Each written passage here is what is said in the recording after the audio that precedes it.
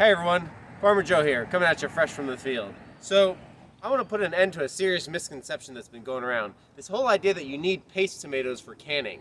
I mean, I'm not exactly sure where that came from, and I do get the basic logic of it. But let me tell you, regular, round, ripe, organic, field-grown tomatoes are every bit as good as Italian tomatoes, if not better. So, we've got tons of tomatoes ripening right now. Click the link below, you'll go right to our online farm store.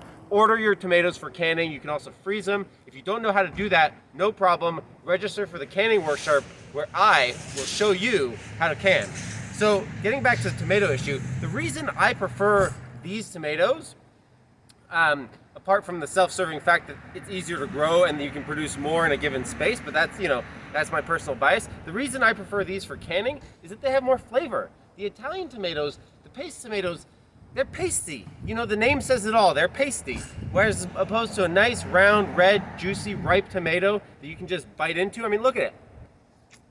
All right. You know what they say? You reap what you sow. If you put that into your cannons versus, I mean, I don't want to diss my tomatoes because they're, I'm supposed to be trying to sell them. But like, it's so much better, so much more flavor here. And those flavors are only going to get concentrated as you boil it down and pack into jars. And so the reason that most people want to get paste tomatoes is the idea that they have more dry matter. They have less liquid, so technically you'll get more jars of tomatoes for every box of tomatoes that you process.